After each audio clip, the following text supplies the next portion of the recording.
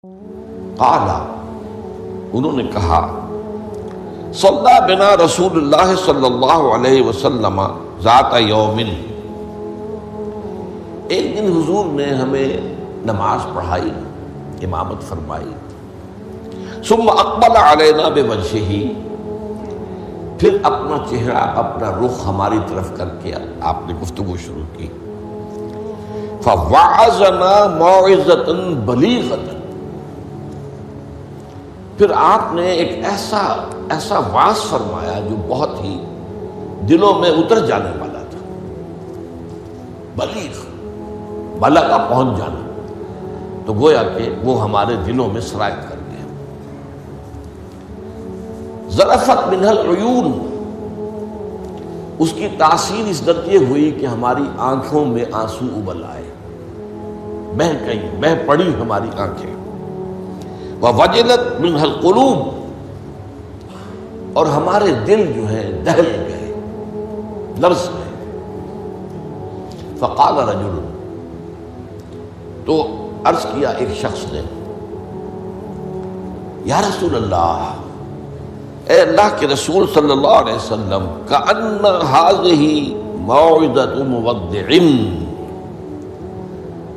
یہ تو ایسا محسوس ہو رہا ہے کہ آپ کا یہ وعظ وداع کرنے والے کا وعظ ہے، یعنی کہ گویا کہ آپ اب ہم سے رخصت ہونے والے ہیں۔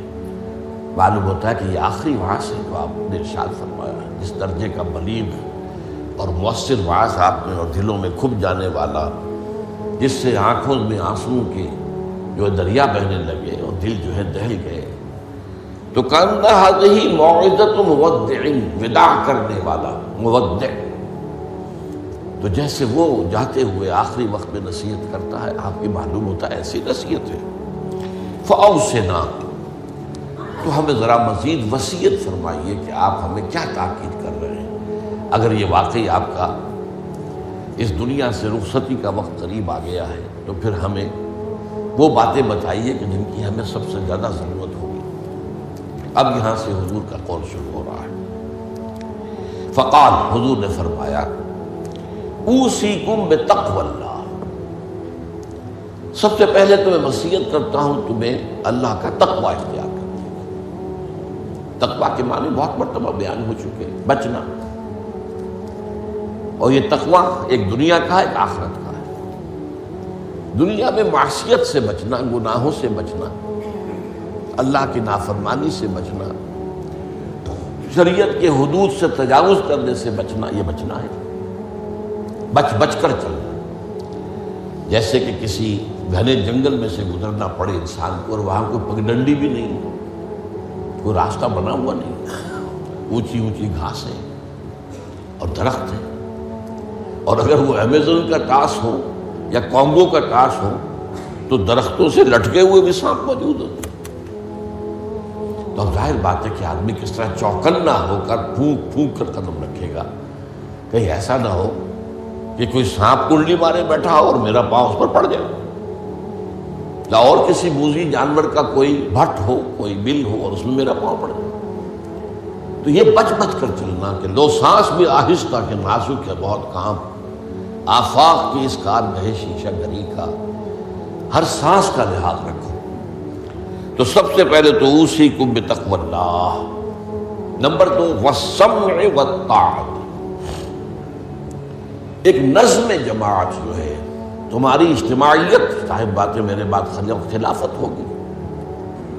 ابھی تو تم میری بات مان رہے ہو، میں اللہ کا رسول بھی ہوں، لیکن اب میرے بعد رسول تو نہیں ہوگا، نبی تو نہیں ہوگا، خلیفہ ہوگا، لیکن اس کے لیے بھی سمع و طاعت، اس کا حکم سننا اور ماننا، تاکہ رکھنے نہ پڑے جماعتی زندگی میں، افتراق نہ ہو۔ اس لیے کہ ظاہر بات ہے کہ United you stand, divided you fall.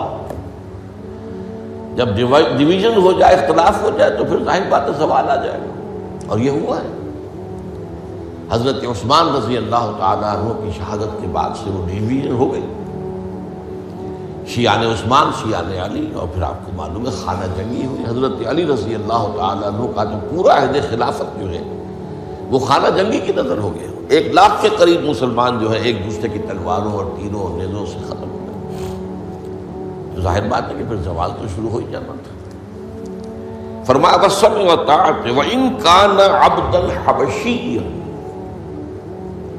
خواہ تمہارا خلیفہ تمہارا امام چاہے ایک حبشی غلام ہو، یہ نہ سمجھنا کہ تم برتر ہو، اعلیٰ ہو، وہ ادنا ہے، وہ گھٹیا ہے، نہیں، حبشی غلام بھی ہو تو فإنه من يعش منكم بعدي فسيرى اختلافا كثيرا، اس لیے کہ تم میں سے جو بھی میرے بعد زندہ رہے گا وہ بہت کثرت کے ساتھ اختلاف دیکھے گا کہ مسلمانوں میں اختلاف ہو جائے۔ اختلاف تو حضرت ابوبکر کے زمانے بھی ہوا، بس بات ہو گئی، اختلاف رائے ہو گیا، پھر فیصلہ ہو گیا، پھر سب عمل کر رہے ہیں۔ ایسا تو کبھی ہو ہی نہیں سکتا انسانی معاملات میں کہ اختلاف نہ ہو، لیکن اختلاف میں شدت ہو جائے، میری بات لازماً مانی جائے، یہ وہ چیز ہے ایجاب کل ذی رائے برائے ہی، کہ ہر شخص جو صاحب رائے ہے وہ اپنی رائے پہ اڑ جائے اور اسی کو اچھا سمجھے، تو پھر جماعت کیسے چلے گی؟ جماعت میں تو ظاہر بات ہے کہ کثر و انکسار کرنا پڑتا ہے، اپنی رائے کو پیچھے ڈالنا پڑتا ہے، امیر کی رائے کو ماننا پڑتا ہے۔ تو فرمایا فَإِنَّهُ مَن يَعْشُ مِنكُم بَعْدِي فَسَيَرَىٰ اخْتِلَافًا كَثِيرًا۔ اب وہ آیا جو اس موضوع سے متعلق ٹکڑا ہے، فَعَلَيْكُمْ بِسُنَّتِي وَسُنَّتِ الْخُلَفَاءِ الرَّاشِدِينَ الْمَهْدِيِّينَ، تو تم پر واجب ہے کہ میری سنت کو پکڑے رکھنا اور میرے خلفائے راشدین کی سنت کو پکڑے رکھنا، یہ تاکید، ان کی سنت کو مضبوطی کے ساتھ تھامے رکھنا۔ المہدیین، یہ جو خلفائے راشدین ہوں گے یہ مہدی ہوں گے، مہدیین ہدایت یافتہ ہوں گے۔ تمسکوہا وعضوہا بالنواجذ، دیکھو میری سنت کو اور میرے خلفائے راشدین کی سنت کو اپنے دانتوں سے پکڑ کر رکھو۔ یہ کچلیوں کے دانت جو ہوتے ہیں کسی شے کو پکڑنے کے لیے، درندوں میں آپ کو معلوم ہے یہ لمبی ہوتی ہیں کچلیاں، یہ چونکہ زندہ گوشت کو پھاڑنا ہوتا ہے، زندہ جانور کو یہ کچلیاں ہی ہوتی ہیں جو ان کو پھاڑتی ہیں، یہ آگے کے دانت کی کام نہیں کر سکتے۔ ہمارے ہاں چونکہ اب انسان جو ہے کچا گوشت نہیں کھاتا تو کچلیوں کی اتنی ضرورت نہیں ہے، تو چھوٹی رہ گئی ہے، نشان تو ہے۔ تو فرمایا عضوا علیہا بالنواجذ، اپنی کچلیوں سے، دانتوں سے اسے پکڑ لو۔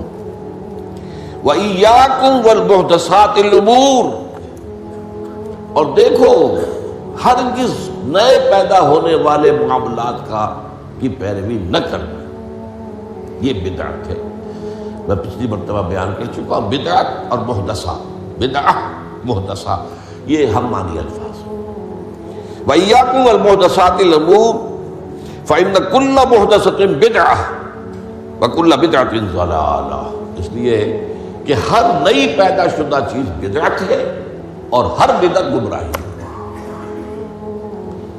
میں نے اس اعتبار سے آپ کو یاد ہوگا کہ بدعت کے جو اسباب پیدا ہیں وہ بھی کل پچھلی مرتبہ بیان کیے تھے۔ بدعت کا ایک سبب یہ ہوتا ہے کہ جب دین کا ہمہ گیر تصور سامنے نہیں رہتا، دین کے ہمہ گیر تصور میں عبادات بھی ہیں، معاملات بھی ہیں، اور معاملات کی اہمیت زیادہ ہے۔ معاملات کی کوتاہی کو اللہ معاف نہیں کرے گا، عبادات کی کوتاہی کو اللہ معاف کر دے گا، وہ تو اللہ کے لیے ہے نا۔ تو اللہ تعالیٰ تو بہت معاف فرمانے والا ہے، یہ انسانوں کا حق اللہ کیسے معاف کرے گا؟ آپ نے کسی کا حق مارا ہے تو اس کا حساب کتاب تو ہو کر رہے گا، یا تو آپ کے کچھ برے اعمال، اس کے کچھ برے اعمال، گناہ آپ کے حساب میں آئیں گے، اور یا آپ کی کچھ نیکیاں ہوں گی تو وہ دے دی جائے گی اس کو جس کا کہ حق آپ نے مارا۔ وہ گیو اینڈ ٹیک وہاں ہوگا، کریڈٹ ڈسکریڈٹ جو ہے وہ ہوگا، کریڈٹ اور ڈیبٹ وہ ہو کر رہے گا۔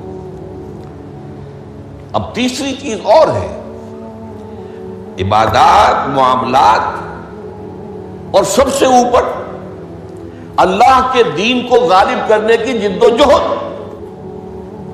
یہ ہم نے حضرت معاذ کی حدیث میں پڑھا ہے، وَضَرْبَتِ السَّلَامُ مِنْ الْجِهَادُ فِي سَبِيلِ اللَّهِ۔ اسلام ایک درخت کے مانند ہم نے دیکھا، وہاں حضور نے مثال دی، اس کی جڑ ہے وہ تو ہے شہادت اللہ الہ الا اللہ وان محمد رسول اللہ، ایک تنا ہے اقام الصلاۃ و ایتاء الزکات و ضربۃ السلام منہ، اور آپ کو معلوم ہے کہ اصل جو درخت سے مطلوب ہوتا ہے وہ تو اوپر ہوتا ہے۔ ٹھیک ہے، بعض درختوں کی لکڑیاں بھی کام میں آ جاتی ہیں، جلا کے بھی لیتے ہیں یا وہ اس سے فرنیچر بن جاتا ہے، لیکن اصل جو ہے پودا لگایا ہے تو پھول کے لیے، پودا لگا درخت لگایا تو آم کے لیے، وہ کہاں ہوتا ہے؟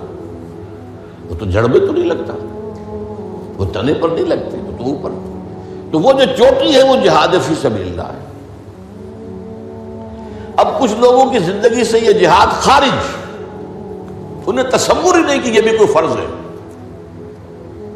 باطل کے نظام کے تحت آرام سے رہ رہے، پاؤں پھیلا کر سوتے ہیں، اپنا پروفیشن، اپنا کاروبار، اپنا دھندا، انہیں اس سے غرض ہی نہیں کہ ہو کیا رہا ہے ماحول میں، اللہ کے دین کو کیسے اس کی دھجیاں بکھیری جا رہی ہیں، شریعت کو کیسے پامال کیا جا رہا ہے،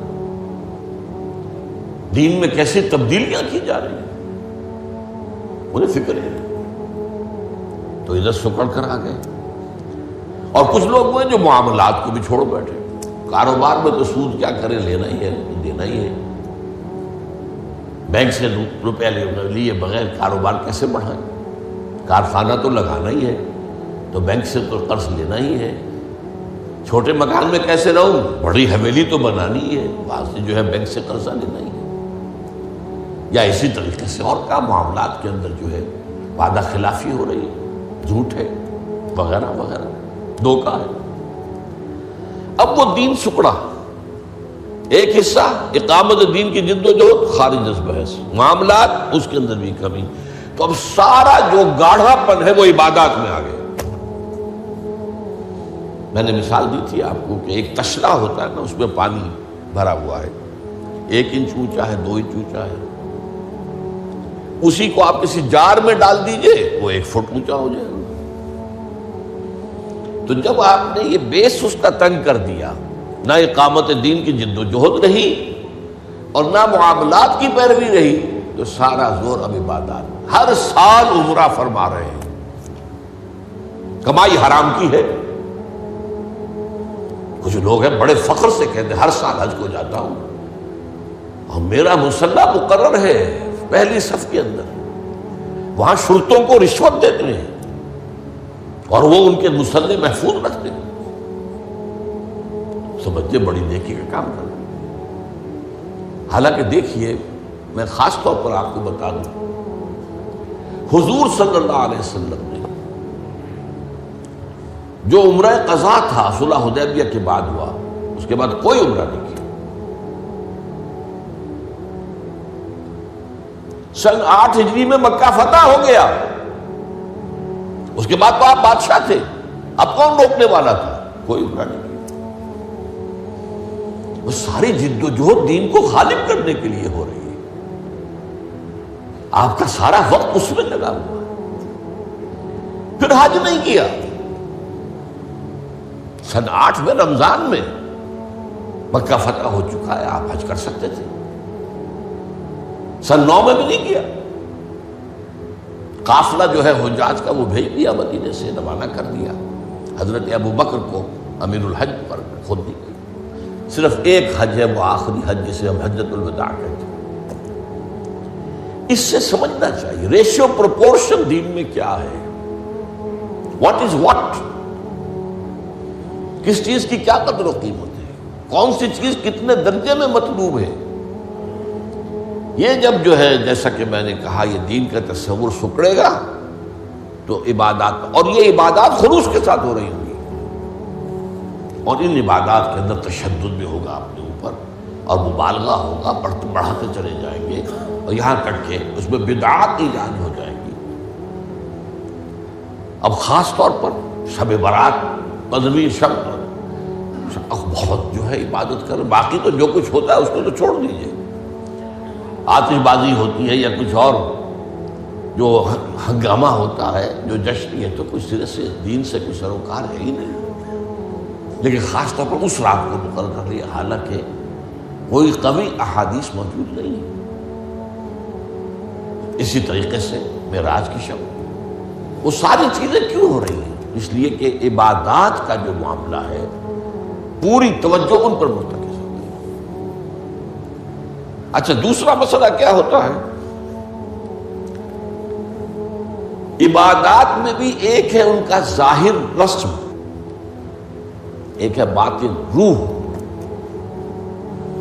ایک نماز کا ظاہر ہے، فقہی طور پر آپ نے بالکل صحیح نماز پڑھ لی، صحیح وضو کیا، پھر اس کے بعد آپ نے تکبیر تحریمہ کہی، ہاتھ اٹھائے، باندھ لیے، ثنا پڑھی، فاتحہ پڑھی، کچھ اور قرآن کا حصہ پڑھا، پھر رکوع میں گئے، تسبیحات کی، پھر کھڑے ہو گئے، پھر سجدے میں گئے، پھر بیٹھے، پھر سجدے گئے، پھر اٹھ کھڑے ہوئے۔ یہ جو رسم نماز ہے اس کی ظاہری شکل، رسم کہتے ہیں ظاہری شکل رہ گئی، رسم ازاں روح بلالی نہ رہی، فلسفہ رہ گیا، تلقین غزالی نہ رہی۔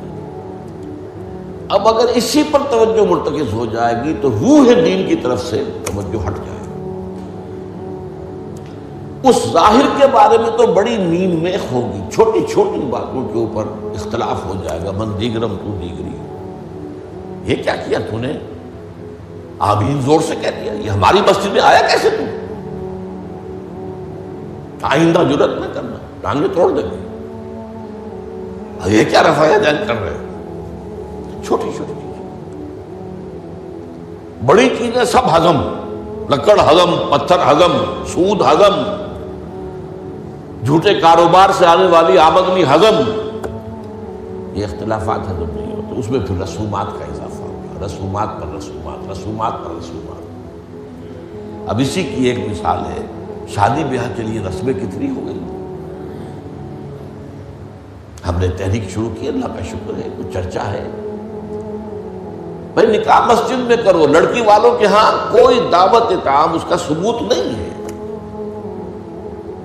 دعوت اطعام ایک ہے اور وہ دعوت ولیمہ ہے لڑکے کی طرف سے، اس کا گھر آباد ہوا ہے، وہ اپنی خوشی منائے، سیلیبریٹ کرے اپنے دوستوں، یہ ثابت ہے، اس کی تاکید ہے۔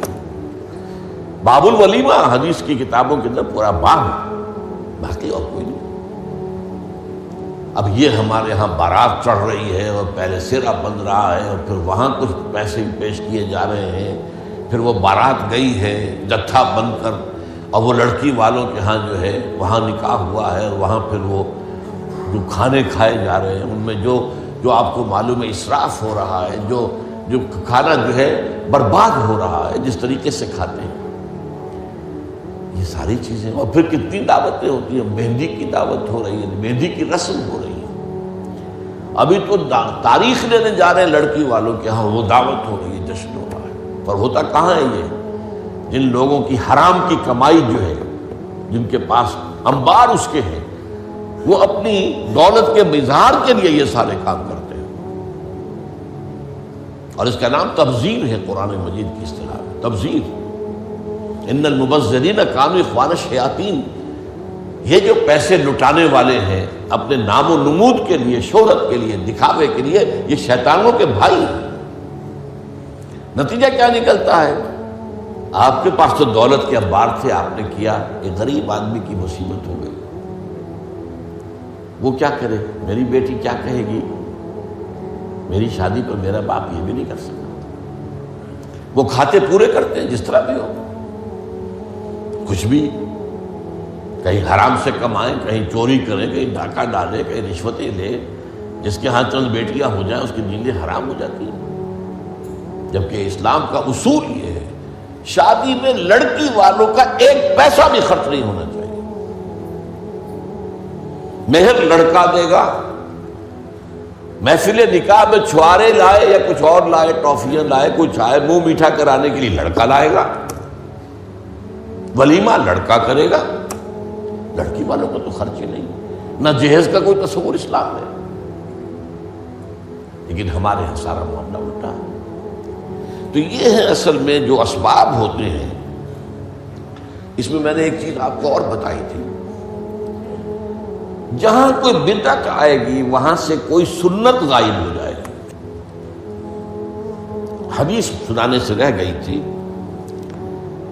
ما احدث قوم بدعۃ الا رفع مثلها من السنت، رواہ احمد رحمہ اللہ۔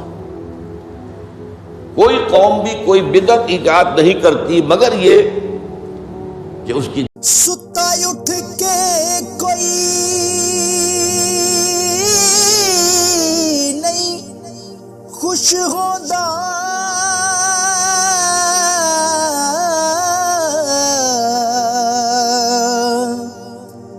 بڑے ستے جگا کے میں ویکھیا